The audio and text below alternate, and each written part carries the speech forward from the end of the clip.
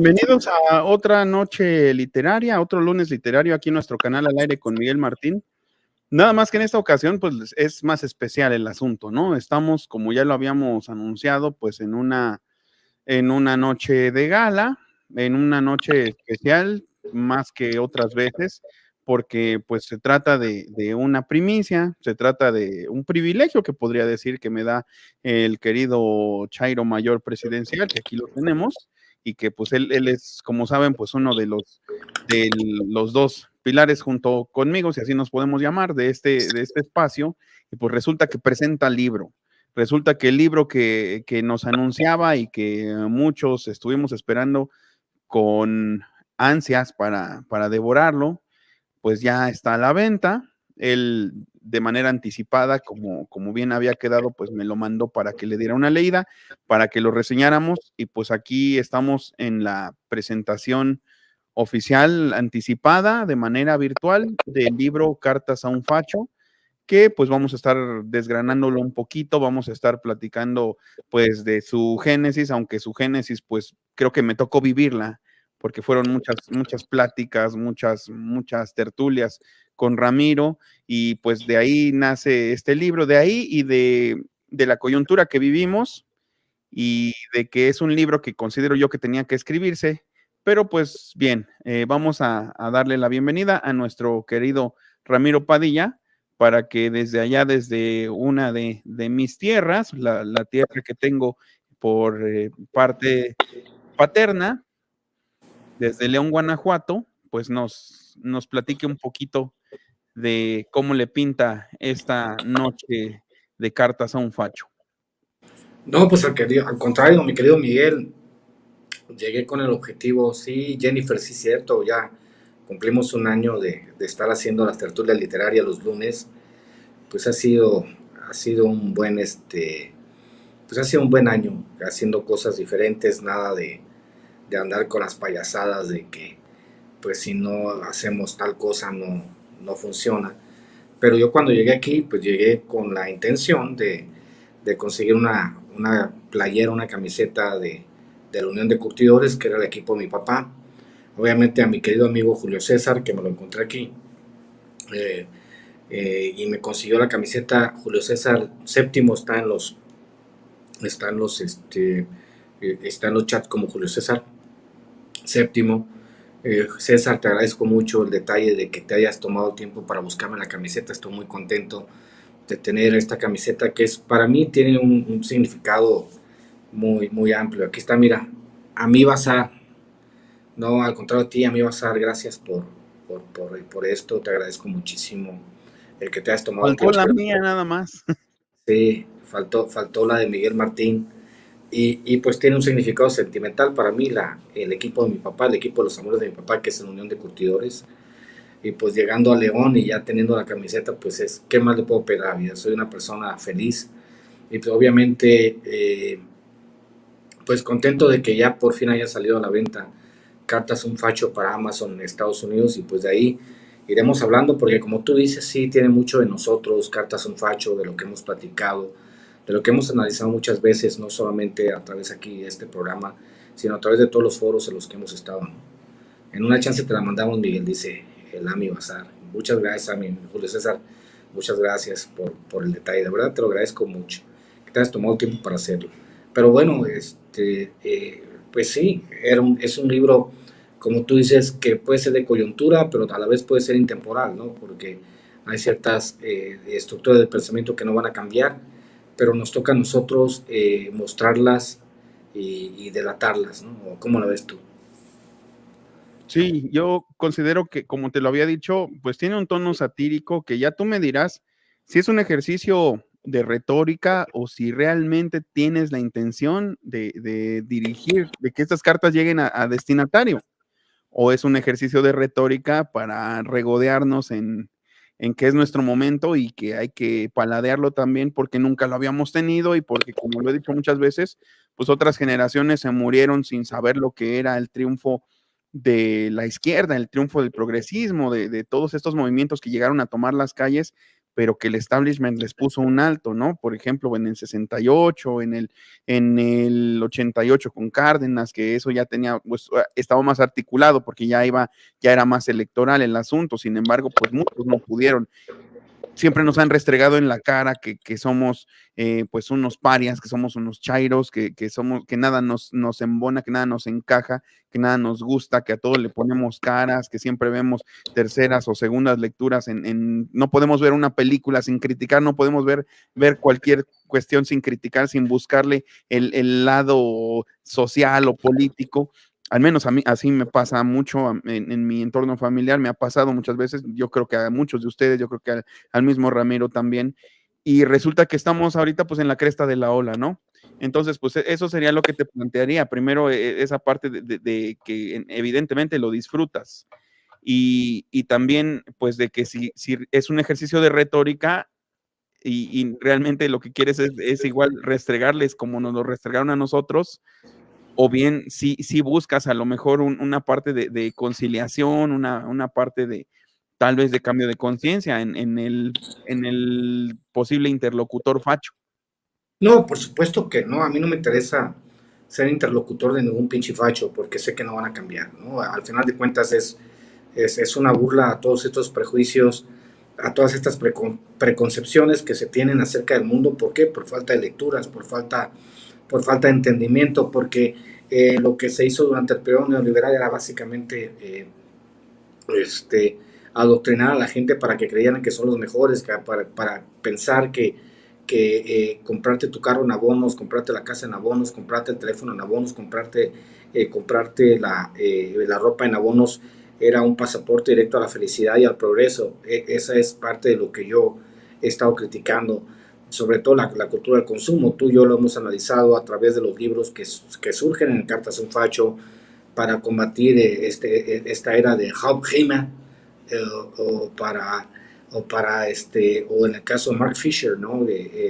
Y todo lo que es, o lo que ha escrito Joseph Stiglitz, por ejemplo, en el precio de la desigualdad. O sea, son una serie de libros que me ayudaron a construir esta idea de lo que se tiene, sobre todo de la ideología de la derecha, pero obviamente no lo podría hacer yo de manera tan digamos, tan construida, no construida, o sea, tan garigoleada, ¿no? Porque lo que importa es que una persona que se está acercando a la lectura pueda saber, después del pequeño Char Ilustrado, que lo considero, no sé si lo veas tú así, lo considero un escalón arriba del pequeño Char Ilustrado, en el sentido de que, bueno, vamos empezando con un introductorio que es el pequeño Char Ilustrado, y vamos saltando al siguiente nivel con Cartas a un Facho, para explicarle sobre todo a nuestra gente. A mí no me interesa convencer a ningún facho, pues en realidad pues sí tiene ese tono satírico, decirles, a ver, pinches fachos, así está el rollo, y así va a seguir.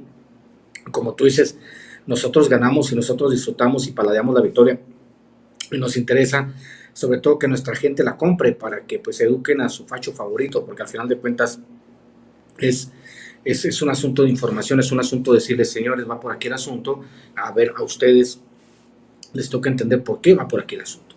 Al menos así yo lo concebí el libro. Y Cartas a un Facho, me preguntaba Roxana ahorita, por qué, de dónde surge el nombre. Yo lo pensé en cierta manera hacer todavía un tono aún más satírico, pero yo decía, más bien el libro está dirigido no a los fachos, sino a los chairos que quieren explicarle, ¿no? A nosotros los que hemos sido humillados históricamente por la derecha en todos los aspectos, aunque yo pues no tomo nota, ¿no?, de la humillación de la derecha, porque me importa un carajo lo que opina la gente de derecha, lo he demostrado toda la vida, o sea, no empecé hoy, pero sí en el sentido de decirles, señores, tenemos con qué combatir esta ideología, y yo quiero de corazón, como te digo, por eso son mis libros, para que con afán pedagógico de que lleguen a la mayor parte del país, para que la gente diga, esto es por esto, ya que hay una bibliografía, aquí hay una serie de ideas que nos pueden ayudar, aquí están los datos duros, aquí está la bibliografía, aquí están las cosas que requerimos para entender el por qué llegamos a este estado de desastre que llegamos gracias a las políticas neoliberales, y también gracias a esta gente que cree que esta es la manera correcta de hacer las cosas, dejando un remanente social de más de 60, 70 millones de personas, ¿no? Que no son parte del sistema. Y cuando tú estás cuando estás en la parte contraria, esto es cuando estás del lado de las personas que han sufrido, que han sido excluidas históricamente, y tú les provees con este material, pues hay que darle, ¿no? Me parece que es importante, sobre todo esa génesis, ¿no? Desde el título, y también de la manera en que se va explicando el libro para que la gente entienda que no, uno no necesita aventarte un ensayo tan, tan pinche, tan denso para que la gente te entienda. A mí me parece que es muy importante. Y creo que esa es una clave que va en consonancia con este movimiento, ¿no? Que es un movimiento, pues, de entrada de mucha gente, a lo mejor sí hay algunos iniciados, muchos entendidos que nos pueden dar la vuelta a nosotros, ¿no? O que te siguen el ritmo en muchas cuestiones, digamos, intelectuales, pero la verdad es que es un movimiento de gente recientemente emancipada, de gente que recientemente, pues, están haciendo a la politización, a la cultura, y a mí me parece que esto era uno de los errores de enfoque que había desde antes en pues en toda la ideología de izquierda, porque no era tan incluyente, aunque había el reclamo publicitario o el clamor de únete pueblo, la verdad es que las lecturas, por ejemplo, que había y que eran hijas de su tiempo, o incluso las lecturas atemporales, pues me refiero, por ejemplo, al Capital de Marx, pues no iba a ser fácil que una persona, no sé, no politizada, lo hiciera a través de una lectura como esta, ¿no? No iba a ser nada fácil. Y yo considero que el tono, pues de cierta manera amable, incluyente, que vamos buscando en estas plataformas, pues se ve aquí reflejado. Entonces, ¿cómo es que decides tú? Creo que el pequeño Chairo Ilustrado, creo que ahí lo veía yo más como un ejercicio personal, y te noto aquí ya, tal vez no jugando para la tribuna, pero sí con esa intención de precisamente ser didáctico, de precisamente no caer a lo mejor en lo demasiado elaborado y, sin embargo, sin abandonar un aparato epigráfico. Eso es lo que yo percibo. No sé si lo hayas hecho igualmente ya con esa intención consciente de que sea un libro tal vez de iniciación en la política, o bien, pues para quienes disfrutamos el pequeño Chairo Ilustrado, pues que siga con el mismo tono. Más bien, como te digo, o sea, tiene que haber una progresión en lo que escribes, y sobre todo en este tipo de temas. En este tipo de temas que tienen que ver con la política, con la coyuntura en México, porque pues obviamente siempre yo escucho la frustración de muchas personas que me dicen, es que este cabrón me dice esto, mi familiar me dice esto, mi esposo me dice esto, mi hermano me dice esto, y yo no sé cómo contestarles. Yo por eso armé el pequeño Chairo para darles material para que contesten de la manera adecuada, decir, bueno, pues aquí están las pruebas, no me crees a mí, aquí están los datos duros, ¿no? En el caso de Cartas a un Facho, pues obviamente es un escalón más arriba diciendo, bueno, ya leímos esto, ahora necesito algo más que me provea con más recursos para poder no solamente debatir, porque al final de cuentas, debatir con un facho, pues yo pienso que es básicamente una pérdida de tiempo, porque ellos están construidos, la base de sus creencias está construida en los prejuicios. Y como decían, es más fácil dividir un átomo que acabar con un prejuicio. Entonces, la idea básica es, sobre todo, que la gente tenga la capacidad de decir, a ver, yo tengo esta posibilidad de hacer esto y yo tengo esta posibilidad de hacer lo otro, pero también tengo la capacidad de discernir, después del desastre que nos dejaron los gobiernos neoliberales, discernir qué es lo bueno y qué es lo malo, y no dejar bajo ninguna circunstancia que estas personas que pretenden llevar agua a su molino nos digan, no, es que la realidad, la realidad es que vivimos una mentira, no vivimos una mentira, vivimos un gobierno que tiene verdades de aquello, y todos los días lo vemos en los programas, lo vemos en las mañaneras, lo vemos con cómo se va haciendo, cómo se va trabajando, cómo vamos descubriendo, por ejemplo, que pues vivimos en un super engaño durante muchísimos años, y este engaño pues apenas se está descubriendo,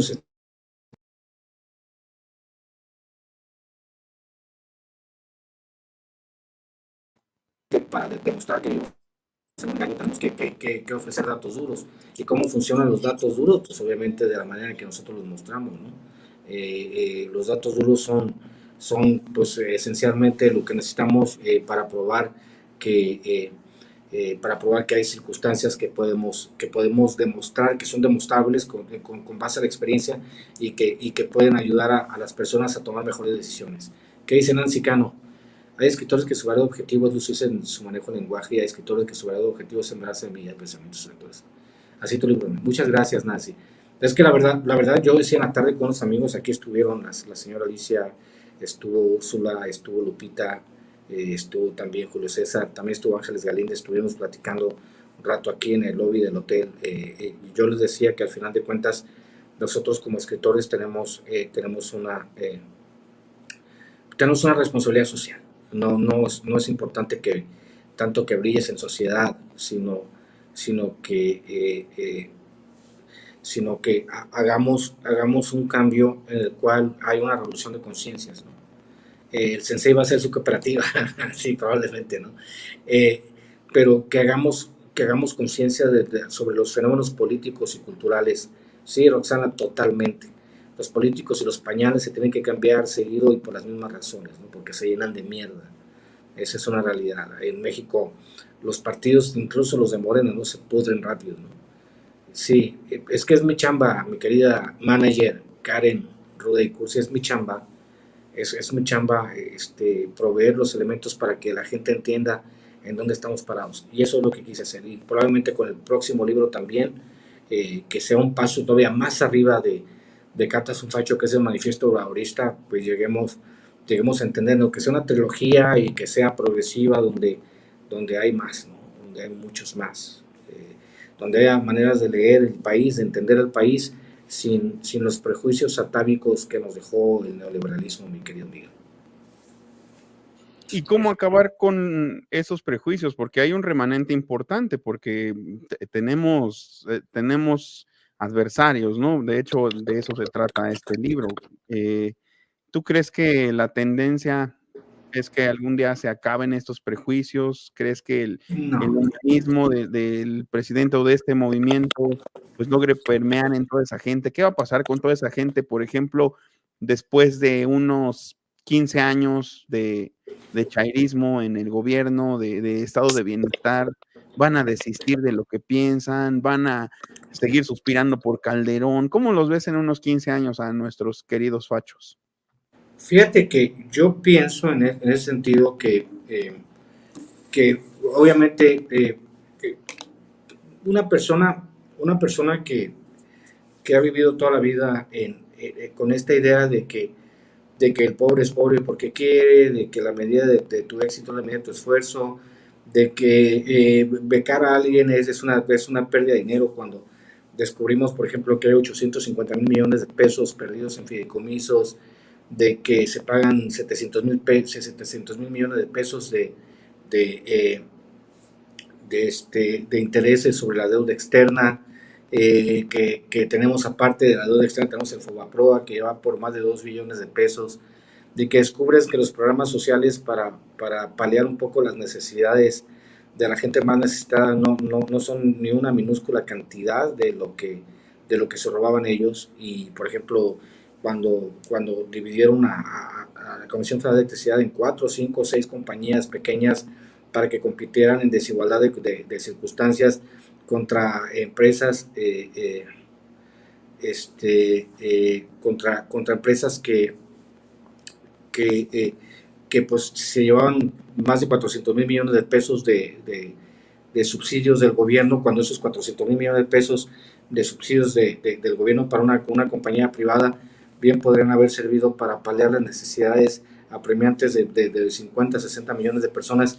Es ahí donde sabes que obviamente esta gente no va a entender porque están adoctrinados a pensar que hay otra parte del sistema y que la gente no piensa que ser pobre es solo un accidente.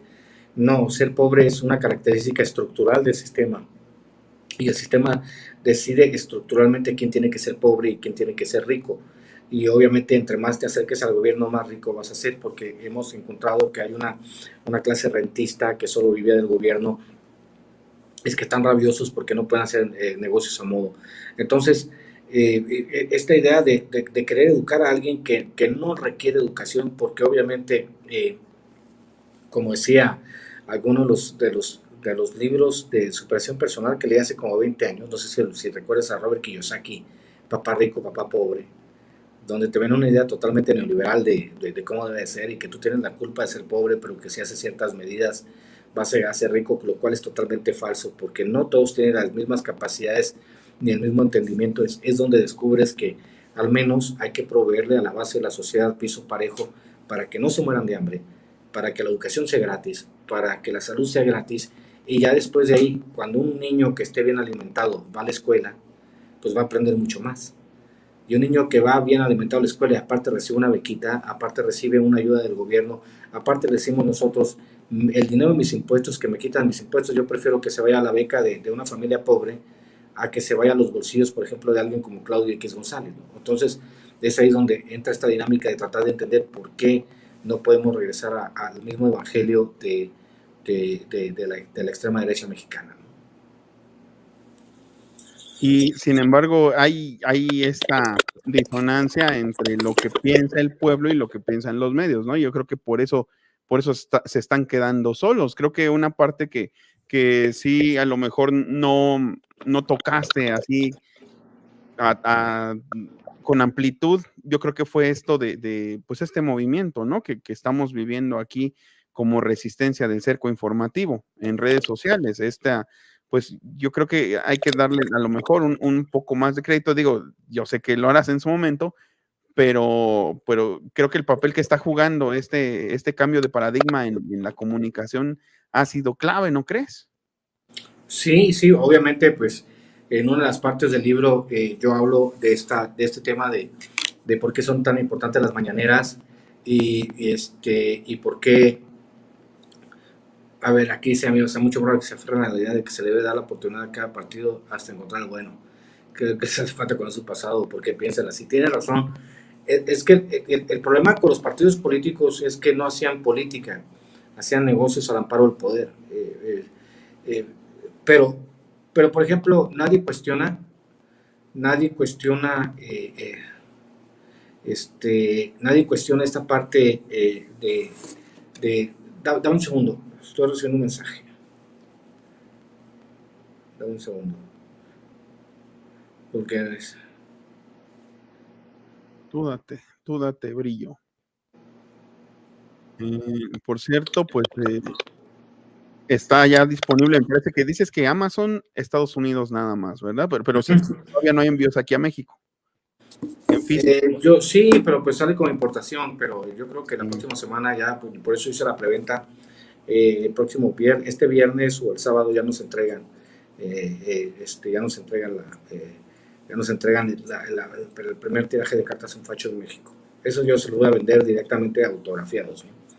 Veamos el ejemplo de la industria farmacéutica mexicana, donde el doctor Simi, hermano de Víctor González Torres, posee la cuarta parte del monopolio de las medicinas con un ingreso de 34,000 millones de pesos. Ay, no más. Es que el asunto es que para eso servían los negocios. Estamos hablando también de mi compadre Juan 36, abrazos hasta el norte de California, cabrón. Ya sabes que te quiero. Pero el negocio era de 100,000 millones de pesos al año. De todos los intermediarios farmacéuticos, donde estaban Marifario Beltrones, Emilio Galván Patrón, Narro, Osorio Chong, estaban todos ellos metidos en este negocio de revender medicinas a un costo exorbitante. O sea, era un modelo muy parecido al que sucede en Estados Unidos. Yo creo que no sé si viste lo que subió hoy de Mark Cuban. Mark Cuban, que es un multimillonario, que es dueño de los Denver Nuggets, creo, que es un multimillonario. Ese cuate armó su propia compañía farmacéutica con productos similares y una medicina para no sé qué enfermedad que vale $9,000, él está vendiendo $45, ¿no? O sea, le va a romper en su madre al monopolio farmacéutico de Estados Unidos, imagínate. En Estados Unidos, más de 500,000 de personas quedan en bancarrota todos los años por problemas de salud, cuando la salud ni siquiera debería ser un tema porque pagamos suficientes impuestos para tener salud gratis y de calidad. Este es el asunto que los fachos no han entendido. Piensan que todo lo que sea privado tiene que ser por fuerza mejor, y lo cual no es cierto. No es cierto. Estados Unidos se gasta más de 750,000 millones de dólares en el presupuesto de la defensa, pero un gran porcentaje de ese presupuesto para la defensa se va a contratistas privados. los uniformes, las cantimploras, las botas, todo se va a, igual las armas, todo se va a contratistas privados. Entonces, ¿qué porcentaje realmente se aplica al ejército de Estados Unidos? Es un porcentaje ínfimo comparado a lo que se le paga a los contratistas privados. Esa es la gran tragedia que está viviendo Estados Unidos, porque esos 750 mil millones de dólares podrían servir, o 800 mil millones de dólares ya al año, podrían servir para paliar las necesidades de mucha gente que no tiene cómo pagar, por ejemplo, un crédito educativo, cómo pagar la hipoteca de su casa. O sea, en realidad vivimos en un mundo al revés, donde los fachos piensan que así tienen que ser las cosas. O sea, que es absolutamente ridículo que lleguemos al punto en el que pensemos que tenemos que pagar por todo. No tenemos que pagar por todo porque ya pagamos impuestos. Ya pagamos impuestos y nos quitan suficientes impuestos. Si todos pagáramos la misma cantidad de impuestos, pues obviamente tendríamos muchísimas cosas mejores. O sea, pues las calles no serían de pavimento, serían de concreto. O sea, mejoraría nuestra vida grandemente, ¿no? Pero, en fin. Sí, sin embargo, esa es la tendencia, ¿no? Esa es la intención y hay mucha gente que yo, por ejemplo, de hecho lo encuentro a diario prácticamente. Hay personas en mi trabajo, hay incluso una alumna que nunca va a ver este programa, pero es una señora totalmente conservadora que ella eh, dice que, por ejemplo, que qué feo el nivel, qué deplorable el nivel de las escuelas públicas. Mis nietos y mis hijos han estado siempre en las mejores escuelas, hablan muy bien inglés, tienen oportunidades de viajar a Alemania. O sea, es el tipo de personas que pues rayan en la misantropía, la verdad, sus aseveraciones, porque pues yo creo que por eso suspiran por Calderón, ¿no? Que hizo una limpieza étnica. Y creo que a lo que le estamos apostando es a revalorar también la parte humana, ¿no? Que nunca se implementó en ningún gobierno neoliberal, y que creo que esa es también una parte que tú satirizas y denuncias en el facho promedio, que es una tendencia a la misantropía, ¿no? Esa tendencia es el individualismo, pero que a veces raya en la misantropía. Y ¿cómo podemos lidiar con eso? Es que en realidad esa parte de la que me ocupé yo de tratar de entender por qué funcionan las cosas como funcionan, eh, y descubrí, por ejemplo, que hay una circunstancia como de sumisión, porque está digamos, la parábola del burro y la zanahoria, ¿no? El facho es un burro que persigue una zanahoria que no va a alcanzar, porque no va a llegar a los niveles de bienestar de aquellos que se han robado el país.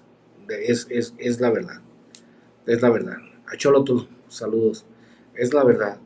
No va a haber maneras porque la estructura del sistema te impide llegar a los estadios más altos de la pirámide social. Seamos honestos. No vas a llegar por más que te esfuerces, no vas a llegar por más que seas brillante. Puedes llegar a menos que seas un político corrupto, a menos que seas un empresario que es cercano a los círculos del poder, donde se reparte el dinero de a de veras. Así va a llegar. Podemos poner el ejemplo del aeropuerto de Texcoco, que era un gigantesco hoyo negro, un gigantesco hoyo negro para las finanzas, ¿no? Entonces, obviamente, este gigantesco hoyo negro en las finanzas, pues lo veíamos porque había un trabajo ideológico bien hecho, donde decían, no, es que cuando tú naturalizas frases como por progreso, desarrollo, innovación, y lo vas construyendo, y la gente, no, es que sí, vendrá a Querétaro, sí, sí, Guadalupe, voy a ir a Querétaro, te lo prometo. Cuando tú naturalizas esas palabras y haces que estas palabras, pues obviamente tomen un certificado, interiorices esos conceptos como facho, pues obviamente va a ser difícil que entiendas que hay un asunto que se llama empatía, y esa empatía tiene que ver con que la gente tenga un piso mínimo para comer, para vivir, para educarse. Entonces, obviamente, también, digamos, por ejemplo, en Finlandia no existen las escuelas privadas. Eso que tú decías del clasismo, de que no, es que mis hijos van a las mejores escuelas y tienen las mejores oportunidades, ¿a costa de quién? ¿No? ¿A costa de quién? A costa de nuestros impuestos también, a costa de una mala repartición de las cosas. Porque si eres brillante, porque hay mucha gente mediocrísima que está en la academia. O sea, hay gente que no da su peso por ellos, pero son doctores qué sabe cuántas cosas, ya hacen turismo educativo, alargarse y beber con los mejores vinos en España, hacen turismo académico, y esas personas, ¿por qué? Pues porque tuvieron los contactos adecuados, no por méritos. Entonces lo que realmente podríamos llegar a hacer es llegar a una meritocracia que ponga a los más capaces. El problema es que los más capaces muchas veces son morenitos, de ojos rasgados, chaparritos, pero pues no son bien vistos en la academia porque ellos quieren ver a white chicans con apellidos extranjeros para mostrarlo, ¿no? Eso es parte de esta ideología y de este racismo y este clasismo que se vive en nuestro país, Miguel. Y fíjate que es cierto porque muchos muy, pues muy halagüeños, ¿no? Pues de buena fe, que me quieren alentar, me dicen, no, ¿cómo de que no? Si te quedas en la maestría, pero yo les digo, ¿quién sabe? Tengo mis dudas. ¿Por qué? Porque precisamente esta clase social, sí, este grupúsculo de gente que ha vivido siempre en la academia, que para estas alturas, pues para la edad que yo tengo, ya tienen hasta doble doctorado, ¿no? Y que siempre se la han pasado como adjuntos en un cubículo de profesor de universidad, que han escrito a instancias de estos mismos profesores de universidad ya muchísimos artículos científicos, han tenido esas facilidades dentro de ese mundo académico, se mueven dentro del mundo académico pues porque francamente nunca han tenido que trabajar, ¿no? Es lo que hemos platicado en algunas ocasiones, como tú y yo, ¿no? Que si hemos querido comprar, leer, prepararnos de cierta forma, informarnos. Hemos tenido que gastar nosotros de nuestra bolsa en libros, nosotros de nuestra bolsa en acudir a donde haya que acudir para enterarnos de algo. Todo con nuestros propios medios, ¿no? Nosotros no hemos, como dice la gente, mamado de la academia. Nosotros no hemos medrado a partir de las bondades del sistema, pero que son unas bondades muy selectivas. Y pues contra eso, pues hay que estar luchando en estos tiempos, ¿no? Si te quieres insertar en la academia o quieres mantenerte en la academia, pues tienes que pelear contra toda esa caterva, pero resulta que uno no tiene las de perder. Somos gente de la periferia, somos gente que nuestros papás probablemente pues no fueron los grandes profesionistas, ni tampoco los grandes empresarios, y pues realmente, aunque parezca muy crudo el asunto, pero no tenemos, según el establishment, según las reglas del juego, nosotros no tendríamos cabida en el mundo académico, no tendríamos cabida en el mundo literario, ni siquiera periodístico, ¿no? Sin embargo, pues es lo que queremos cambiar, luchamos contra todo eso. Y también te quería preguntar, Ramiro, me parece interesante la proyección que haces de cuando se democratice o cuando se masivice realmente el Internet, ¿no? De cuando tengamos ya o tenga el presidente, bueno, su mensaje que va a perdurar, por supuesto, después de su mandato, pero que tenga ese alcance, esa penetración en todos los rincones de México, ¿no? Yo creo que va a estar bueno y como lo haces por pura lógica, por pura estadística, por la proporcionalidad, pues me parece interesante de verse o de vivirse una época en que ya esa penetración de nuestro mensaje, que así lo puedo decir, nuestro mensaje, pues ahora sí sea masiva, ¿no? Ahora sí hasta en el pueblito más chiquito y pues ya la gente sí tenga una verdadera opción para escoger entre la tele y la verdad. Es que aparte con la modernización tecnológica, y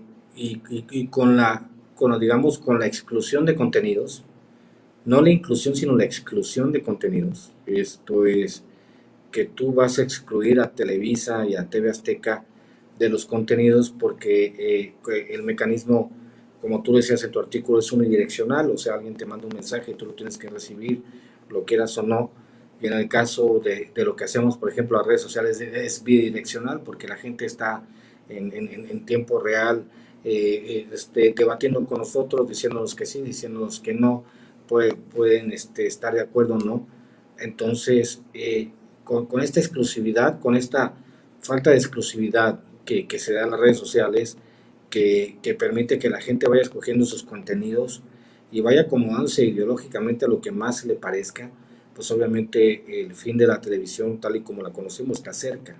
Lo que digo también en el libro es que cuando el 100% del territorio, lo que ha hecho el presidente López Obrador, hablamos de mercados, Hablamos del mercado como diciendo, no, pues se tienen que poner de acuerdo con Slim. Y yo le digo, pues no, no se tiene que poner de acuerdo el presidente con Slim, porque él está abocándose a un mercado que no atiende a Carlos Slim. Porque Carlos Slim tiene estructura donde le deja dinero, pero no tiene estructura donde no le deja dinero. Por eso el 50% del país no tiene internet. Si fuese negocio para Carlos Slim, pues él hubiese metido internet a las regiones más remotas, pero como no es negocio, dijo, no me importa, a mí donde me genere utilidad, y voy a poner internet. Entonces, obviamente, el presidente, sí, ¿no? Raymond Carver, tres rosas amarillas es un librazo. Entonces, obviamente, si tú puedes, en esta circunstancia, tratar, decir, es que esto no tiene un sentido utilitario, tiene un sentido democrático. El país compra una empresa de 30 mil millones de pesos y pues obviamente pues cobras una cuota mínima de recuperación para que la gente tenga internet, ¿no? Entonces, cuando tienes internet, obviamente estás empoderando al 50% de la población que no tenía posibilidad de eludir los mecanismos unidireccionales de la televisión y que se informaban con esto, ¿no? Entonces, se informaban con los programas de Ciro, de López Dóriga, de Loret.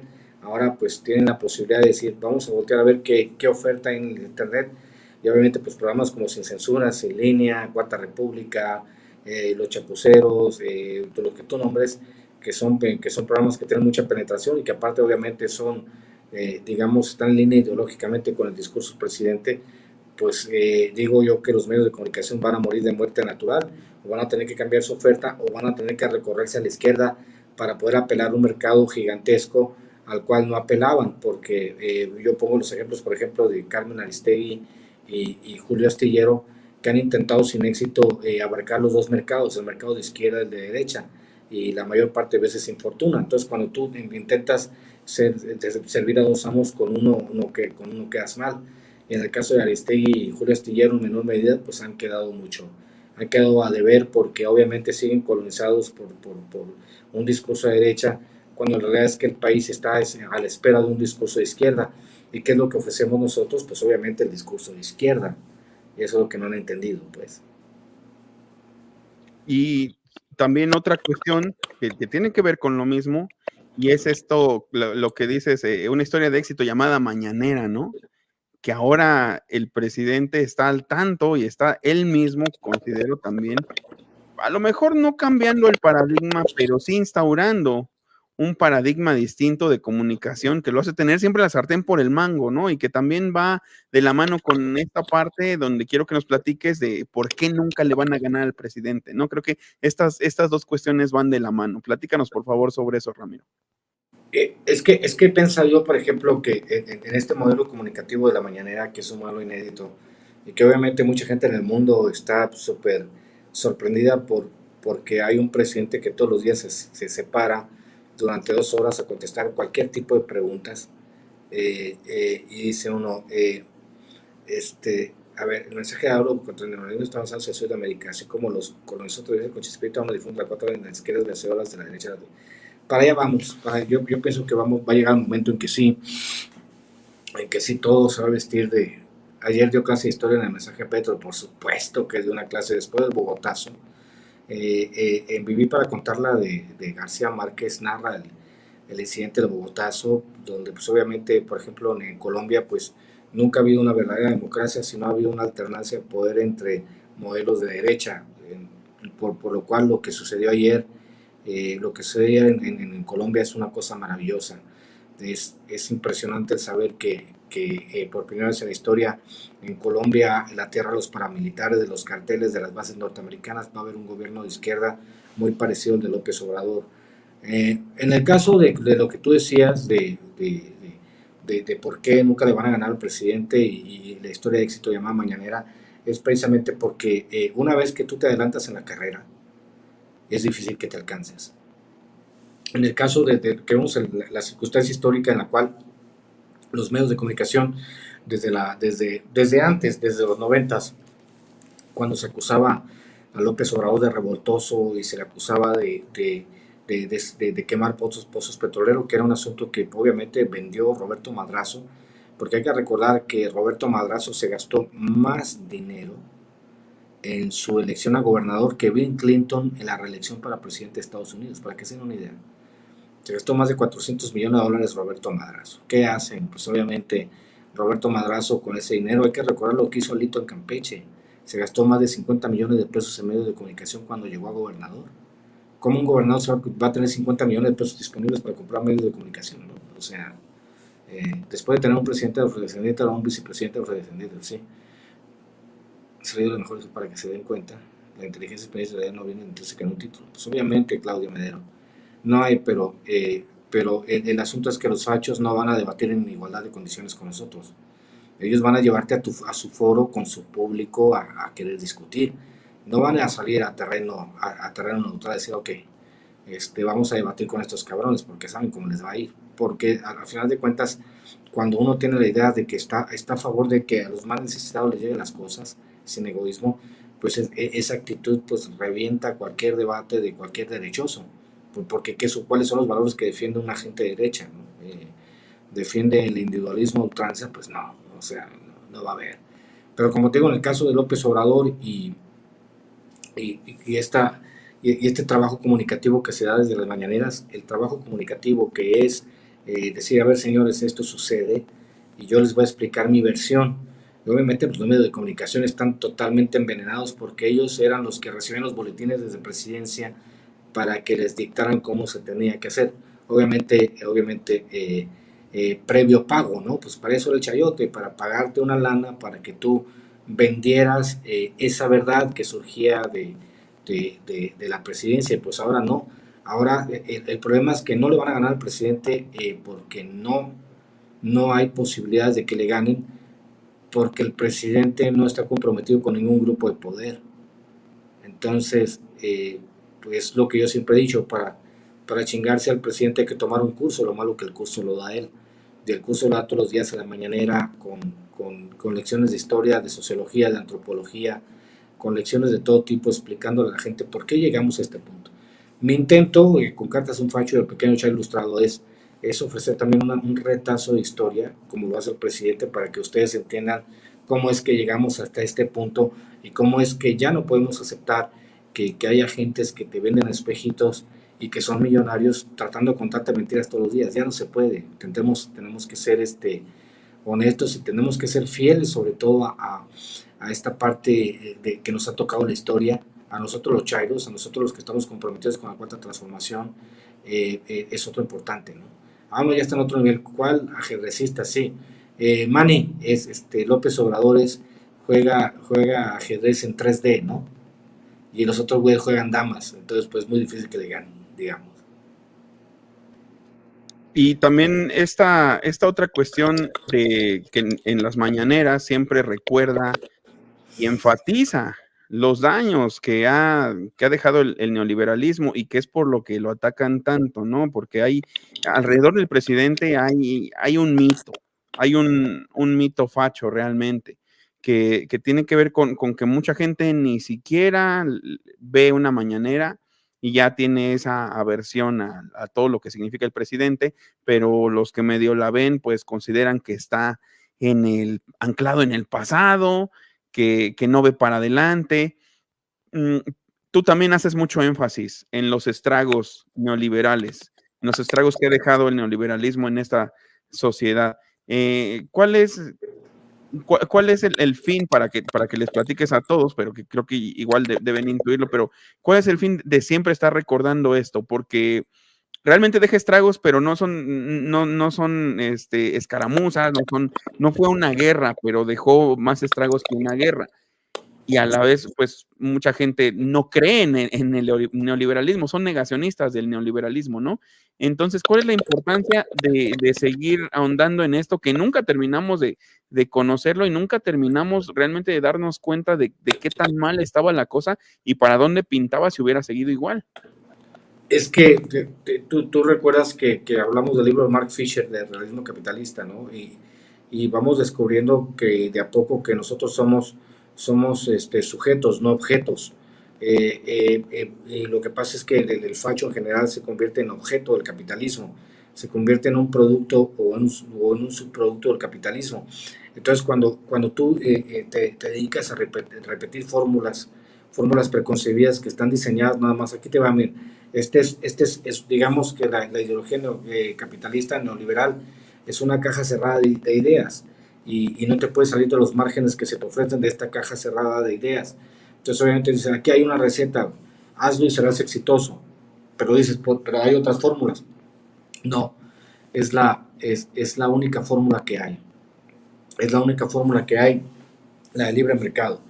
Y tú te preguntas, ¿pero por qué? Entonces, obviamente, pues si preguntas, ¿pero por qué? Estás transgrediendo los límites ideológicos que se te proveyeron desde la educación temprana. Porque muchas veces esta parte de los fachos que no han entendido que ellos están programados para responder de esa manera, están de cierta manera robotizados, como cuando un teclado, hablas al banco y un teclado te atiende, no te atiende una persona, te atiende un robot. Es exactamente la misma respuesta de un facho. Para denostar al presidente López Obrador, marque 2. Para reírse de sus programas sociales, marque 3. Para, para burlarse de sus refinerías, marque 4. Para ponerse de acuerdo con Loret de Mola, marque 5. Y así es. Obviamente no hay una reflexión acorde a ver, porque si tú te preguntas, a ver, ¿cómo estamos, de dónde venimos y hacia dónde vamos? Pues obviamente pues obviamente en ese momento que te empiezas a cuestionar, dices, ay cabrón, ¿cómo es que llegamos aquí? Entonces, Cartas un Facho es un intento de decirnos a todos, a ver, ¿dónde estamos y hacia dónde vamos? Es simple, lo que me dice una persona, Ramiro, en Twitter me dice, Ramiro, yo siempre me pregunto ahora, gracias a las repeticiones que tú haces, porque yo hago algunas repeticiones, son ejercicios repetitivos para que la idea quede asentada. Lo que yo digo, quién lo dice, por qué lo dice y desde dónde lo dice. Una vez que una persona se empieza a cuestionar quién lo dice, por qué lo dice y de dónde lo dice, pues hay mucha gente que se ha hecho eco, ¿no? De decir, cabrón, sí es cierto lo que dice Ramiro. Luego es que es un ejercicio de repetición. O sea, el mensaje de nosotros, de cierta manera, también tiene que ser repetitivo para que ancle. Si no, pues puede ser muy disperso en las ideas, pero si no repites conceptos, a la gente no se le queda. Son como clases, ¿no? Y esa es la intención, al final de cuentas, de que la gente entienda que son clases las que tenemos que dar y son repeticiones de conceptos hasta que quede claro. Y es súper bonito cuando la gente repite los conceptos que tú has diseñado en público, en la calle, en los programas, y dices, no, o sea, sí es cierto, ¿no? Por ejemplo, el asunto de los medios hegemónicos, la construcción del discurso hegemónico, la comunicación unidireccional, que han sido temas que yo he traído a la palestra y que después la gente dice, sí es cierto, es unidireccional. O sea, ese tipo de cosas que conforme vas repitiendo van haciendo que la gente entienda. Por eso es tan importante, como te digo, de repente que la gente tenga a Cartas un Facho como un material de apoyo, ¿no? Sí, de hecho, hace rato Salvador Garza decía que se estaba acordando de mi concepto de la paradoja Facundo Teletón, que ya se está volviendo también un sello interesante, ¿no? Explícamela. Pues se trata de la doble moral del Teletón, porque pues el Teletón supuestamente era para las personas, para beneficiar a las personas que tenían discapacidad, ¿no? Sobre todo niños. Y pues eso era también convenientemente aprovechando para la exención de impuestos un hueco legal, un hueco, digamos, asistencial del gobierno, ¿no? El gobierno se desentendía de ese sector porque como buen gobierno neoliberal, pues lo consideraba improductivo, ¿no? Y lo que no produce dentro de un contexto neoliberal, sobre todo bajo las condiciones que había adoptado en el Telecán, pues entonces es gente susceptible de pues, echarla debajo de la alfombra y nada más asomarte cada mes a ver si ya se murió, ¿no? Prácticamente. Y pues entonces de eso se aprovechaban las empresas, pero Facundo, sobre todo Facundo y también el Derbez, que ahorita anda bien gallito, durante todo el año estaban agarrando a zapes y estaban mofándose de personas con discapacidad, como Miguel Luis, como Sammy, como Margarito, como el propio Changoleón, no sé, dañado por el alcoholismo, y los agarraban realmente de botana de una manera inhumana. Y sin embargo, y esas eran personas con discapacidad, pero ¿qué hacían? A estos personajes en diciembre los escondían. Y en diciembre también, pues iban estos conductores como Facundo, como Derbez, al Teletón a estirar la manota para que la gente les diera. En 2015 yo considero que fue ya el acabose de todo eso, el no va más, dirían en Argentina, porque pues fue cuando subió al escenario del evento del Teletón, Derbez, y empezó a regañar a la gente que por qué le creía a las redes sociales, porque por qué creía lo que decían sobre Televisa en las redes sociales, así como por ejemplo, como el propio Azcárraga mismo dijo que ellos no hacían tele para la gente que lee Proceso, que porque en Proceso se podían ellos enterar de lo que dicen de Televisa. Y entonces, pues empezó a regañar a la gente que nos creían a los loquitos que estábamos en redes sociales sobre lo que contábamos de Televisa y qué culpa tenían los niños, ¿no? Y pues la gente de todos modos no le dio nada, porque qué autoridad moral podía tener. Sin autoridad moral, estas personas agarraban a zapes, te digo, durante todo el año a personas con discapacidad y en diciembre estiraban la manota utilizándolos como bandera, ¿no? Utilizándolos como reclamo publicitario. Eso es lo que yo he escrito, lo escribí en Regeneración y lo he contado aquí muchas veces, que es la paradoja Facundo Teletón. ¿Qué te parece, Ramiro? Muy buena, porque sí, ves, también había un programa en Telehit que se llama Super Minds, ¿no? Donde estaban Margarito, y ¿cómo se llama el otro cuate? El, el, el Furcio, ¿no? Napoleón. Sí, varios. Sí, y obviamente se burlaban de la capacidad de Sammy para articular una oración, ¿no? Y Sammy se hizo famoso, creo que se murió del COVID, ¿no? El Sammy. Sí, el año pasado. Sí, sí, Claudia Medero, es que es repetición, al final de cuentas, pareciese que no tiene uno más ideas, pero si uno no ancla esas ideas, eh, por medio de la repetición, pues la gente es pues muy dispersa, somos muy dispersos todos, tenemos que ir abonando a la repetición y con esa repetición pues solamente se van anclando ciertos conceptos, los conceptos más importantes de por qué no debe regresar la derecha a este país, es un ejemplo claro. Y tenemos digo yo que es una inmensa, le llamo yo una inmensa montaña de mierda que apesta muchísimo y que la derecha se niega a aceptar que existe. Pero si le dices tú a la derecha, pues güey, estás cubierto de mierda, hueles a mierda, la montaña detrás de ti está llenísima de mierda, ¿cómo dices que no? Que no, y sí, obviamente dicen, no, eso no es mierda, y le quieren dar un nombre científico, ¿no? Es abono, es otra cosa, y para nosotros no, la mierda es mierda, pero obviamente en el lenguaje político se ha desvirtuado esa parte, ¿no? Bien cabrón. Y también recordaba Martín del Pacto de Silencio, que fue muy mencionado en redes hoy, que fue el silencio de los medios corporativos de la oligarquía contra las autoridades, por supuesto, y de hecho, mi querido Salvador Garza, pues está el tema de que si se robaron los audios, de a qué medios se les pagaron para que le bajaran de 3 rayitas al pedo de García Luna, pues va a haber mucha gente, hay mucha gente asustada en este momento. Hay mucha gente que recibió el dinero en ese momento y dijeron, aquí en este país nada va a cambiar porque se va a ir Calderón, llega Peña Nieto, y si no llega Mitt, llega Naya. No se preocupen, tenemos este pacto de impunidad para toda la vida. Y oh, sorpresa, que llega ese elemento foráneo que se llama López Obrador y pone a todo el mundo a temblar. Y todavía les dice el presidente en su infinita magnanimidad, les dice, señores, eh, ya se robaron todo el país, en buena onda llévense los robados, déjenos reconstruir el país, que hay recursos. Pues ahí están, chingue todos los días, desacreditando, mintiendo, haciendo cosas totalmente ridículas, ¿no? Sí, ese humor que se basa en la burla lo aborrezco. Yo también, mi querida manager Karen, yo también aborrezco ese tipo de humor. El humor tiene que ser con juegos de palabras, no tiene que ser contra las personas. Denigrar a una persona me parece lo más ridículo del mundo. Es mejor hacer, hacer este tipo de cosas, ¿no?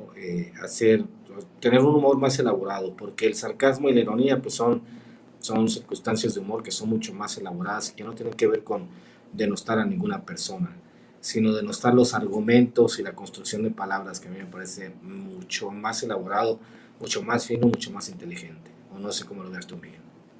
Pues de hecho, eso me da pie para preguntarte igual sobre la parte de socializar el odio, ¿no? Me recordaba eso a Fito Páez cantando en su pieza llamada El Diablo de tu Corazón. Él decía, la puta madre que nos remil parió, ¿por qué nos cuesta tanto el amor, no? Y sin embargo tenemos un presidente del cual está emanando un discurso de fraternidad que no tiene precedentes y que somos muy reacios como sociedad a tomarlo. ¿Por qué será? ¿Por qué será que por primera vez el discurso gubernamental está plagado de este sentimiento de la conciliación, de la fraternidad, de jalar parejos, pero no de una forma pues nada más de dientes para afuera, como era el neoliberalismo, no de apretarnos el cinturón, como decían ellos, y jalar juntos, sino de realmente hacer las paces?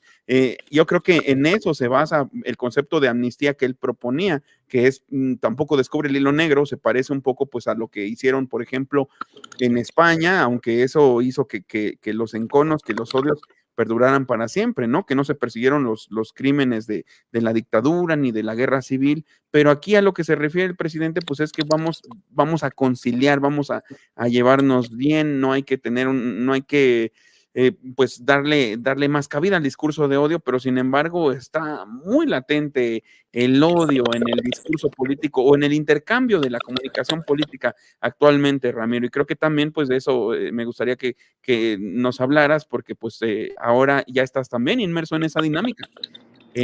Totalmente, pues te has vuelto, aparte de escritor, pues eres un comunicador de redes sociales, ¿no? Y ves pasar muchas cosas. Entonces, pues platícanos también de esa experiencia, pero con ligado, digamos, a lo que estás escribiendo aquí en este apartado de Cartas a un Facho, o en esta carta propiamente. Fíjate que si en este caso, como tú dices, si no hubiese un discurso de reconciliación, por ejemplo, se han intentado diferentes medidas.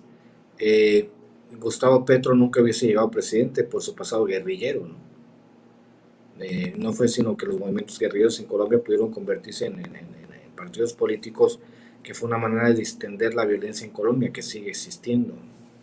Eh, pero, pero cuando yo hablo de socializar el odio, es obviamente que los medios de comunicación te venden un tótem, te venden un ídolo, y ellos le responden a ese ídolo, ¿no? A ese tótem, al personaje que construyeron, que no es el verdadero López Obrador, sino un tótem, algo que no se parece al presidente, alguien que tiene todas las características negativas que la derecha cree que le existen al presidente, que cree que tiene, ¿no? Entonces, obviamente, con base a eso, ellos determinan su postura ideológica y ante la vida con base a una mentira que tiene que ver con con un monigote que no es el presidente. Entonces, cuando yo hablo de socializar el odio, pues hablo obviamente de estas estructuras de pensamiento. No sé si decirlos no sé si pensamiento sería la palabra adecuada, pero sí estas estructuras de ideas que te hacen odiar a alguien por el solo hecho de ser alguien, o sea, sin siquiera explorar y socializar este odio como lo socializaron los nazis, los fascistas, como lo socializaron los tutsis contra los hutus, como lo socializaron en Indonesia contra los comunistas, como lo socializaron las dictaduras militares contra los supuestos comunistas en el Cono Sur. Ese tipo de socialización del odio por medio de los medios de comunicación, pues es importante desenmascararla para que vea la gente que no es cierto. O sea, al final de cuentas, por más disímiles que sean nuestras posiciones ideológicas, al menos podemos reconocer que podemos encontrar puntos de coincidencia, que somos humanos, que somos mexicanos, que hablamos español, que profesamos probablemente alguna religión, que ocupamos el mismo territorio geográfico, que también a nosotros nos competen ciertas cosas que queremos mejorar de la sociedad, pero tiene que haber un debate ideológico bien hecho, no un debate que su punto de inicio sea el odio. Y eso es lo que yo pretendo escribir en el ensayo, porque si no, pues olvídate, o sea, vamos a llegar a los niveles a los que se llega, por ejemplo, el odio por el socialismo de Estados Unidos. Entonces nosotros no. Y lo que yo siempre digo, y lo digo en el libro también, si el socialismo es tan malo, ¿por qué no lo dejan fracasar solo? ¿No? Son todo ese tipo de cosas que son los puntos finos que alguien que investiga un poquito más allá de lo que se ve, pues dice, cabrón, no, pues sí es cierto lo que dicen. Pues tienen gigantescos embargos Venezuela y Cuba, pues que ya no los embarguen, a ver cómo les va. ¿Por qué? Porque, o sea, los que pagan al final de cuentas los costos sociales de un sistema político que no es adecuado para los intereses del imperio es la población en general, no son los gobiernos. Los gobiernos mal que bien, tú sabes que el presupuesto público siempre va a estar ahí para pagarte tu salario, pero en el caso de la inmensa mayoría de la población que ve la carestía y ve todo ese tipo de cosas, pues no. Es por eso que es tan importante explicarles que el odio no se puede socializar, se debe focalizar y señalar con todas sus letras, sobre todo a los promotores de ese odio, que son promotores del odio, sobre todo porque tienen un interés económico, y es terrible tener un interés económico detrás de un odio porque no te beneficia y no te preserva tus privilegios. Por eso me parece tan importante decirlo en el libro. Y otra cuestión muy importante también que tratas aquí, pues esa es precisamente cómo conciben a la chairiza, ¿no? Como gente que no debiera ser susceptible de votar o de que su voto valiera lo mismo si las cosas funcionaran como ellos quisieran, ¿no? Ese ardor que están demostrando, por ejemplo, igual hoy lo veíamos también hoy y ayer, pues mucha gente que decía que ya se iba de Colombia porque ganó Gustavo Petro, salía Agustín Laje casi chillando en un video bastante visceral diciéndoles, pero ya los veré, sí, decía, sí, pónganme sus emojis, sus caritas, lo que sea, regodense, zurditos de mierda, y decía que ya los verá en la pobreza, creo que no saben perder, no han encajado bien el golpe, ¿no? Y esa es una cuestión que creo que también puede dar para alguna que otra sección en los próximos libros, ¿no crees? No han sabido todavía, no se han repuesto del golpe y mira que ya llevamos un buen ratito. Es que de repente descubren, yo creo que escribió en el Facebook, escribí el requiem por la derecha. Pues ya la derecha se merece un requiem. O sea, básicamente las corrientes sociales, las corrientes de pensamiento de izquierda llegaron para quedarse en Latinoamérica y es muy difícil que vayan a perder en el corto plazo, sobre todo porque hay una circunstancia coyuntural histórica que es la debilidad de los Estados Unidos. Estados Unidos está inmerso en una crisis y Estados Unidos no tiene tiempo ni los recursos ni las ganas para estar peleando con los regímenes en Latinoamérica que siempre consideraron históricamente su patio trasero. Entonces, obviamente hay una manera de ejercer la libertad porque en Estados Unidos los últimos 3 o 4 presidentes han sufrido los embates del mismo circo mediático de manera terrible. Hay que recordar que, por ejemplo, Obama fue un presidente de origen demócrata, pero que en la práctica fue más republicano que los republicanos, iniciando 7 conflictos armados. Y obviamente tenía muy mala prensa, y la mala prensa tenía que ver con los conservadores. Luego de él llega Donald Trump, y Donald Trump, o sea, los poderes fácticos en Estados Unidos lo golpearon hasta que se cansaron. Obviamente, al parecer le robaron la elección, ¿no? Y sí hay algo de cierto porque el colegio electoral no está para hacer elecciones justas, sino para acomodar la pieza más, más adecuada para los intereses de la oligarquía. Entonces llega ahora Joseph Biden y pues esto se convierte en un desastre, pero ya en los últimos 12 años no ha habido un presidente que suba arriba al 50% de popularidad, por ejemplo, en Estados Unidos. A ellos que les gusta medir todo eso.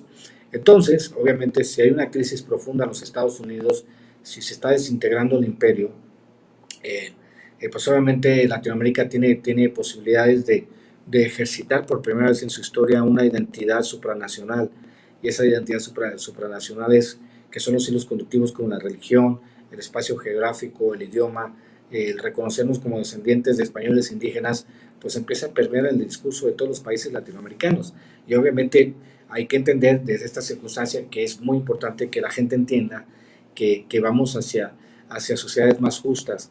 Y si antes era de que, bueno, pues tenemos 2 gobiernos de izquierda y 10 de derecha, pues está muy cabrón, ¿no? Pero ahora si tienes la mayoría de gobiernos de izquierda y actúan como bloque, Estados Unidos no puede salir a sancionar a 10 gobiernos porque se iría contra sus propios intereses. O sea, estamos viviendo una circunstancia inédita en Latinoamérica, y es muy importante que se entienda que ya no va a ser una relación del imperio todopoderoso con los países bananeros, sino va a ser una relación no de iguales, pero una relación de respeto entre los Estados Unidos y los demás países. Entonces, pues vamos pintando hacia esta circunstancia donde vamos entendiendo que ya cambian los paradigmas. Por más que Laje se tira al piso, hay que recordar que Agustín Laje habla de cómo perdieron la guerra cultural la derecha y cómo tienen que recuperarlo. Y yo en el pequeño chat ilustrado hablo de cómo la derecha perdió la guerra cultural y cómo nosotros la ganamos.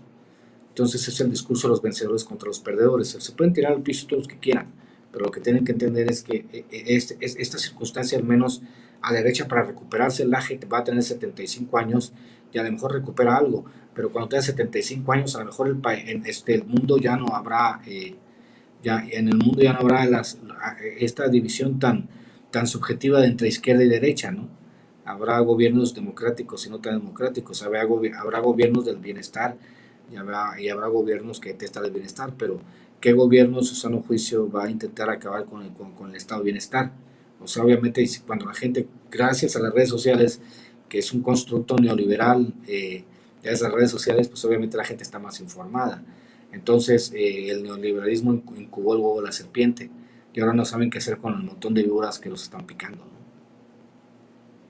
Y precisamente hablando no del AGE, sino más bien de quienes lo precedieron, porque creo que el AGE es precisamente él y su generación, su camarilla, así como Javier Milei, Nicolás Márquez, Gloria Álvarez, son producto de un reacomodo, considero yo, de la derecha para mostrar gente más fresca, porque si tú mismo hablas acá de los intelectuales, ¿no? De estos intelectuales televisivos, y si lo notas, se fueron haciendo viejos porque el sistema nunca tuvo necesidad de renovar cuadros. El establishment siempre nos puso a los mismos ahí, porque realmente pues eran efectivos, su mensaje seguía teniendo vigencia. Cuando su mensaje empieza a perder vigencia y ellos como clase se empiezan a resquebrajar, es precisamente pues cuando surgen estas caras nuevas que son financiadas por los think tanks y que parecen muy frescas y muy atractivas, pero considero que estamos viviendo el ocaso de los intelectuales, ¿no? De todos esos toda esa clase que, por ejemplo, Sevilla, ya sabes, que se convirtió en el krausólogo autorizado de México, pues toda esa clase se va a morir, no veo claro, o sea, esa clase de los intelectuales, como los caracterizas, pues creo que ya está en vías de extinción prácticamente, y a lo mejor da paso a estos otros loquillos de redes sociales, pero esos intelectuales televisivos, como los manejas, pues creo que ya están en vías de morir, ¿no crees? Es que lo que yo me planteo al principio y al final del libro es ¿qué escuela de pensamiento han dejado los intelectuales mexicanos? Algo. ¿Qué escuela de pensamiento al nivel de Lacan, de Foucault, de Bordeaux, de cualquiera, de Sartre, de Camus? ¿Qué escuela de pensamiento han dejado los intelectuales mexicanos? Por eso hay un ensayo que se llama Intelectualidad Mexicana SADCB. O sea, ellos en vez de crear una escuela de pensamiento crearon empresas. Entonces es muy difícil que una empresa genere pensamiento. Y la pregunta es, ¿con qué se quedan? ¿Cómo quieres? Y es una pregunta que yo siempre me hago. ¿Cómo quieres que te recuerde la historia? Si mañana te murieras, ¿cómo quieres que te recuerden?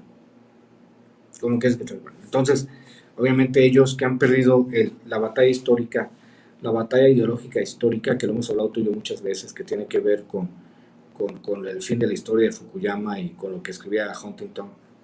Y decimos, pues no mames, o sea, señores, si ustedes en vez de armar grillas y contratos y revistas, se hubiesen dedicado a establecer una escuela de pensamiento más allá, aunque hubieran vivido una vida mucho más humilde, más allá, pues está creo que González Casanova, Enrique Dussel, Atilio Borón, hay muchos pensadores muy lúcidos en este país, pero pues que no son populares. Si realmente esta intelectualidad, los que salen en los programas y que son mal llamados intelectuales, si hubiesen puesto de verdad a pensar, pues obviamente el neoliberalismo hubiese tenido con qué defenderse. Entonces se dieron cuenta que el rey va desnudo y los intelectuales mexicanos van desnudos y no tienen manera, porque cuando yo escucho a un intelectual, supuesto intelectual como Aguilar Camín, pendejer al presidente, hablar al otro intelectual de deriva autoritaria, cuando en general no tuviesen ninguna palabra de crítica a otros sistemas. Es ahí donde te preguntas, si se gastaron tantos y tantos millones de pesos en estos cabrones y fueron incapaces de articular una idea medianamente práctica para combatir en las corrientes de izquierda, pues obviamente merecen estar en el basurero de la historia, que es lo que yo digo en el libro, ¿no? Es básicamente el extremo ridículo que hayamos llegado a este punto que hayan contado las academias del Colegio de México, los premios nacionales, las becas, para llevar vida de bon vivants, pero no para ejercer el pensamiento crítico de la manera que se tenía que ejercer, ¿no? Y que todos sigan abrevando en las aguas de los libros de Octavio Paz sin ofrecer absolutamente nada nuevo. Yo creo que fuera de Roger Bartra y Agustín Basabe, que obviamente ahora sabemos que son superarching contra críticos de López Obrador, pero que escribieron en su momento libros que valían la pena, pues ahora volteamos a verlos con cierta compungidos porque pudieron haber aprovechado la oportunidad histórica para profundizar estas ideas que se tenían acerca del país y que no las ejercieron porque pudo más el rencor. Y es terrible que vivas en un país donde más allá de las divergencias políticas tendrías que pensar más en cómo, en cómo dejar no tu rencor personal, porque el rencor personal es una cosa, el rencor que le tienes a alguien como el presidente, siendo un intelectual, que aparte es una imbecilidad, porque un intelectual tendría que ser una persona que estaría más allá del bien y del mal y que tuviera que tener una estructura de pensamiento mucho más elaborada. Entonces, la pregunta es qué hacer con toda esta frustración, por qué no sentarse a escribir y no salir con la mamada de este güey, Olmos, que escribe, por ejemplo, algo como La Casa Gris y lo quiere presentar como una investigación exclusiva que es una mega pendejada, ¿no? Entonces, ¿controlan todavía mucho el espacio cultural? Sí. ¿Y eso qué? Eso que sí, también pueden controlar todos los espacios culturales, pero es como les digo yo a todos mis amigos, yo prefiero mil veces que donde yo vaya en el país me quiera la gente, eso equivale a 10 premios nacionales de literatura, porque al final de cuentas la gente te lee por gusto y porque está convencida, no te lee porque tienes esas medallas que te colgaron otros cabrones que a lo mejor te las colgaron por conveniencia. Por eso está muy cabrón, mi querido Miguel. Sin embargo, también, fíjate que aquí hablas, ya lo platicamos, ¿no? Ese aspiracionismo que hace que mucha gente sin tener realmente, pues, todo el palmarés, todo la infraestructura de los verdaderos fachos, o de los que socialmente están llamados a ser fachos, los defienden, ¿no? Porque sienten que ya son ricos o que ya son clase media al estar defendiendo, si tú quieres, a los tumbos ciertos ideales medio raros que les inculcan a través de la tele, pero creo que también valdría la pena hablar, ¿no? Y a lo mejor igual te lo propongo para que escribamos sobre ello, ¿no? Toda esta gente alienada por el neoliberalismo, por su industria cultural, toda esta gente que se dice apolítica, pero que tiene pues un sentimiento como de mucha resistencia, por ejemplo, para con el presidente en la actualidad, y que les vendieron esa idea de que todos los políticos son iguales, de que todos los políticos roban y que son gente pues francamente despolitizada, que solo están en la cultura del meme, de lo fácil. Ya se nos fue el Ramiro. Ya decía yo que no podía estar tan absorto en mi planteamiento sin mover ni una, ni una pestaña, pero vamos a ver si regresa. Yo creo que sí, tiene que regresar. Por cierto, pues gracias a todos los que se están conectando, todos los que se han conectado, ya casi vamos a acabar. Y pues son bastantes, muchas gracias por su apoyo. Está Mani Rojo, también mi querida Marisol, Héctor Sandoval, Roxana Arauz, también El Muerto, también Ina Plaza, muchas gracias. También Karen Ruda y Cursi, por supuesto, igual Jenny, Claudia Medero, también Salvador Garza, y pues aquí están todos muy atentos, muchas gracias. Hugo López Lena, también muchas gracias. Hugo Gonzalo Reyes, ¿quién más? Roxana Arauz, que ya la había mencionado, me parece. Zag Ortiz, saludos, Zag. También tenemos aquí, ¿a quién más? Vamos a ver. ¿Quién más que me haya faltado? Para seguirlos mencionando. Bueno, mi querido Monero Simpson, Ángel Padilla y también Actinomiceto, muchas gracias. También Guadalupe Huerta. Déjenme ver si algo me dice por acá el Ramiro, que se nos andaba cayendo. Espero que no se le haya acabado la pila del teléfono o de la laptop, o bien que no se le haya ido la luz, que eso sería más irremediable. Sí, aquí sigue mi querido Manny Rojo, muchas gracias. Sí, yo creo que eso está en cierta... Montserrat de León, muchas gracias también aquí por andar. Jesús Reséndiz y Adriana Rodea Chávez, gracias. Rogelio Beltrán, perfecto. Pues sí, nos están viendo bastantes. Tenemos aquí 80 conectados. Y sí, Manny, lo que estos apolíticos, ¿no? Exacto, son en realidad conservadores de closet. Y creo que de esos también vale la pena escribir en este sentido, porque muchos universitarios así están. Muchos universitarios están, pues, se le acabaron los datos a Ramiro.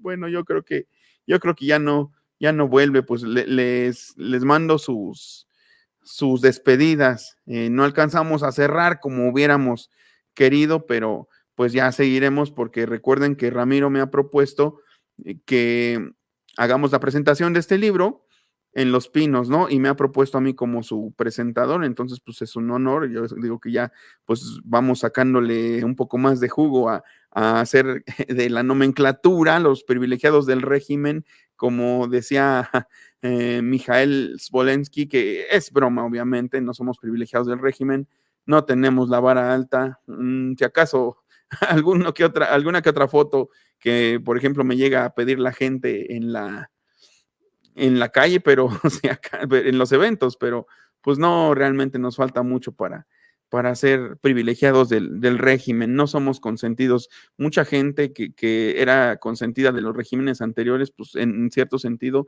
sigue teniendo la vara alta. Me refiero al gremio periodístico y por supuesto también al gremio literario, ¿no?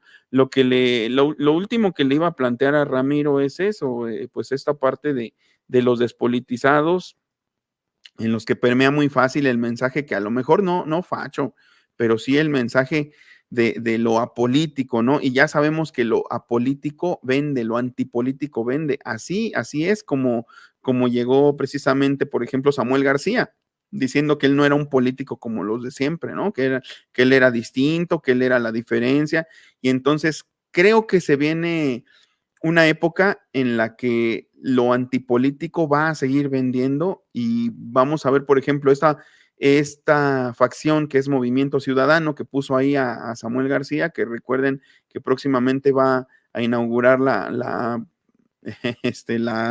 refinería de Dos Trompas para legitimarse y poder, no va a contender a la presidencia, lo va a hacer Colosio, pero eso van a vender, ¿no? Que no son políticos, que son antipolíticos, ¿no? Sí, exacto, Héctor, dicen, ándale, dicen, son apolíticos, dicen, nada ha cambiado, ¿no? Dicen, estamos peor, ¿no? Es que todos roban, es que todos son iguales. Entonces, esta gente realmente yo creo que el target para salvarlos de la hoguera en la que viven, porque pues viven realmente alienados, ¿no? Viven nada más consumiendo pura cultura pop, viven sintiéndose superiores a los que están politizados, porque ellos creen que nosotros los chairos estamos mal porque nos desgastamos demasiado, y que los de derecha, que son lo más parecido a ellos, pues que también están muy alucinados con su conservadurismo. Ellos son gente, digamos, que les ajusta más lo liberal, y pues de ellos también tenemos que hablar, y contra ellos, ¿por qué no? Confrontarnos, ¿no? Confrontar ideas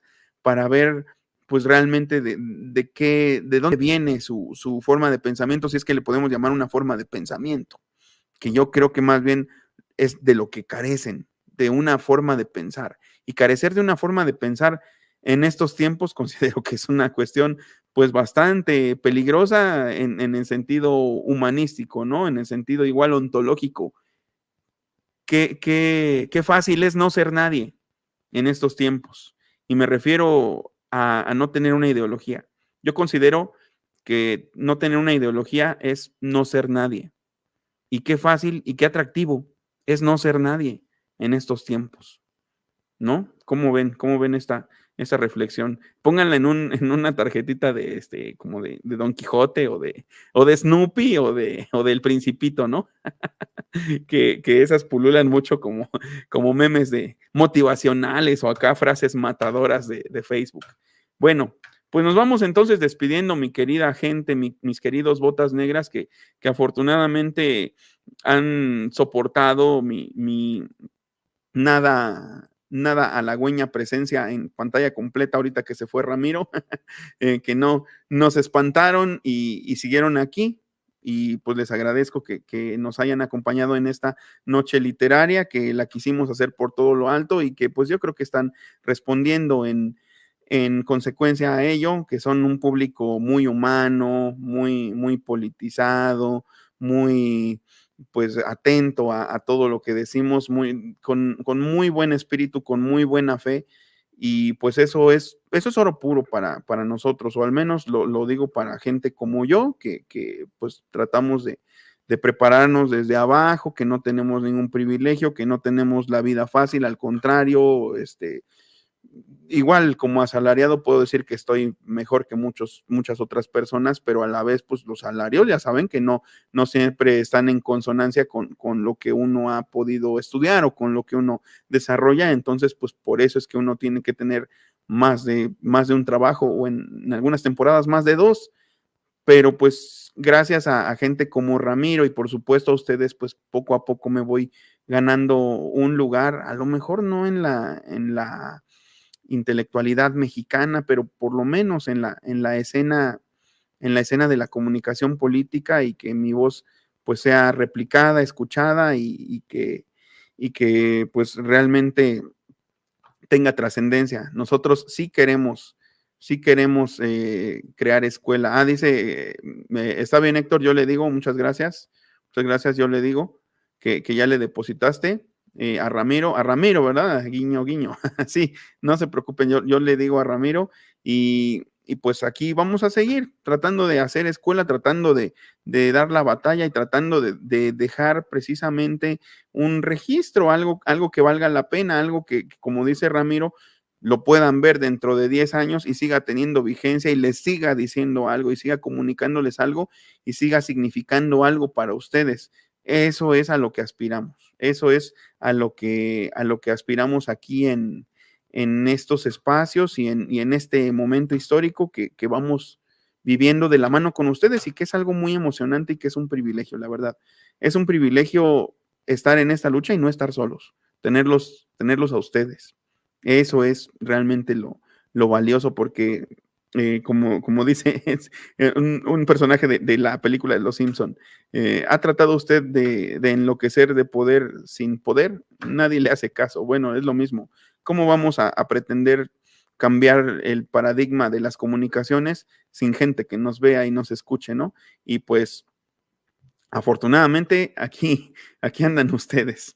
Muchísimas gracias a todos y pues nos vamos entonces despidiendo. Les digo, lástima que Ramiro no pudo estar presente en el último tramo porque dice que está muy fea la conexión del hotel y a él se le terminaron los datos, pero pues no, pues el proyecto no es que no despegue, pues ahí está, aquí sigue, aquí estamos, ¿no?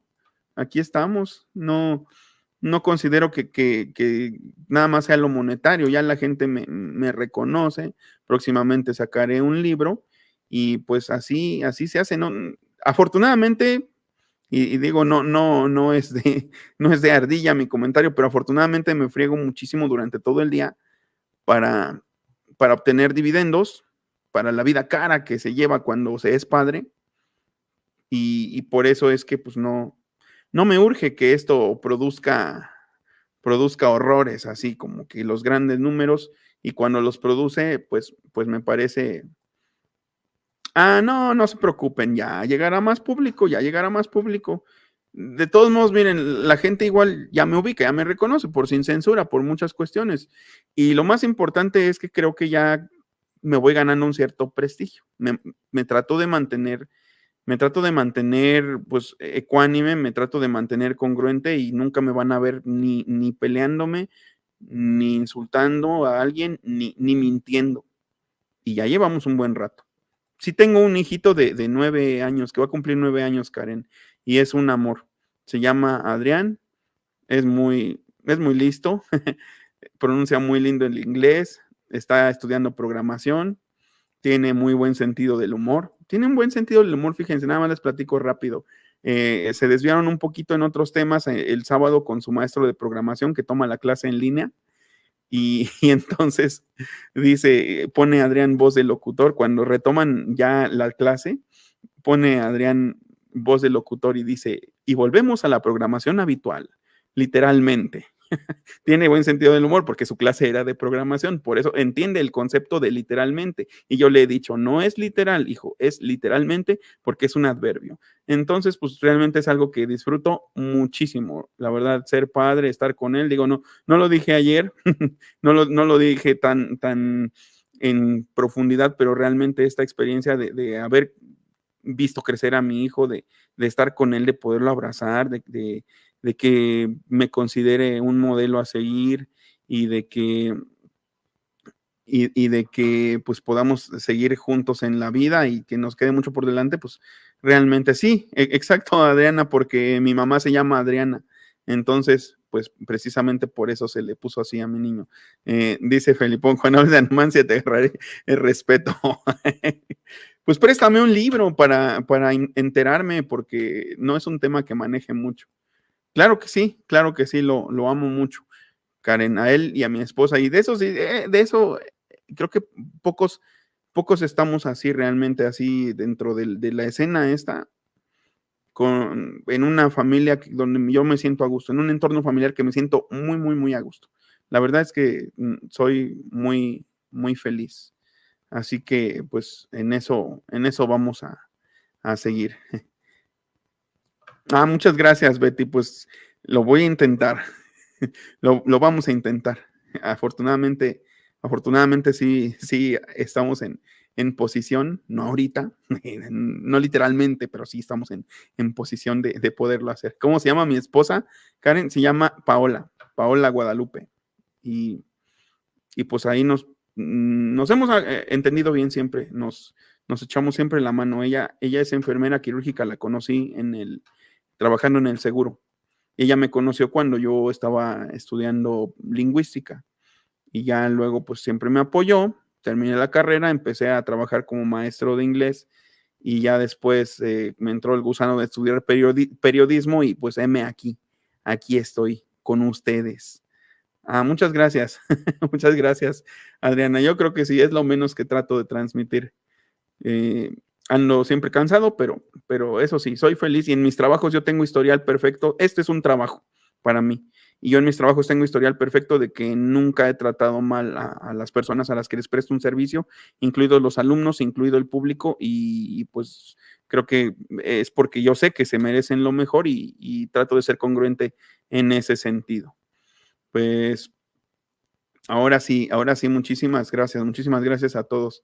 Gracias, mi Manu. Sí me va a servir para mi agüita. Muchas gracias. Y también para mi café, para mi café. Ahí se va acumulando afortunadamente para el próximo mes y esa ronchita va a ser muy buena, sobre todo para la fiesta de cumpleaños de Adrián, precisamente que cumple en julio. No están para saberlo, pero entonces. Exacto, sí, sí, recuerden, Roxana, que están con un lingüista, un lingüista alburero, y ya saben, tengo muchas cosas raras, pero creo que esa rareza que traigo me hace muy feliz, y me hace divertirme muchísimo. Así que bueno, pues muchísimas gracias a todos. Ahora sí, gracias por haberse conectado, gracias por habernos apoyado, gracias por apoyar el libro de Ramiro y gracias por apoyar este esfuerzo en particular de los lunes, que es el espacio literario que va haciendo época aquí dentro de esta excelente chairosfera que formamos todos. Ahora sí nos despedimos. Buenas noches a todos los botas negras. Saludos y muchas gracias. Vamos a ver mi